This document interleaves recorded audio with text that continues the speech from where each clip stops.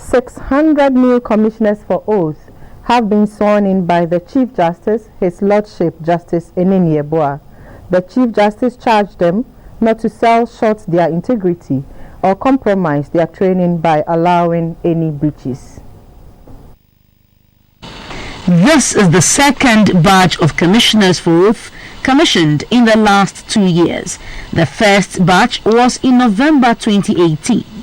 Their duties include preparation of affidavits for persons to authenticate their status. Their recruitment and training comes in the wake of registration of persons by the National Identification Authority.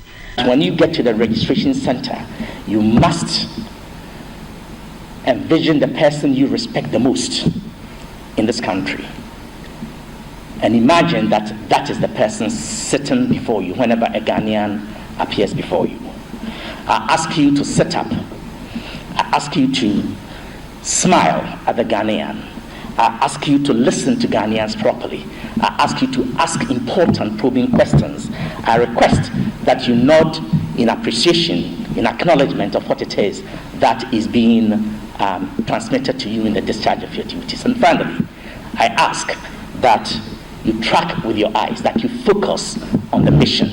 Training of the new commissioners was by the Judicial Training Institute and also the National Identification Authority. The Chief Justice, Justice Enini Yeboah, urged the newly appointed commissioners to guard against indiscipline and carry out their assigned duties legally. As commissioners for oath, you will be overseeing the swearing of affidavits by persons who do not have the requisite documents to satisfy their status. This means that the integrity of this sensitive national exercise now lies, at least in part, in your hands. It would now be most important that you attend to this duty with the greatest of attention to the details and essence of the law, and that guides your assignment. Be firm but fair, accommodating but faithful to the law, and above all, do not in any way compromise your training and integrity by allowing any infractions in any way whatsoever. You should not under any circumstances swear in anyone you've not seen or whose claims you cannot verify. The Republic in whose name you will be working requires accurate and reliable information, and your task is to make sure that this exercise provides such that. Justice Enini Yeboah said their appointment to the National Identification Authority is for a period of 6 months and subject to renewal upon satisfactory conduct as commissioners for oath.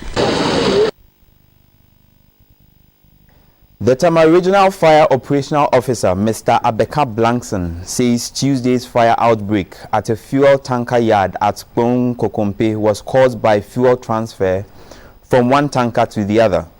Mr. Blankson said the fire service and the NPA are collaborating to streamline operations of the numerous tanker yards in the community, with some not having fire certificates. He had a chat with GBC News Tema correspondent Michael Dewonu.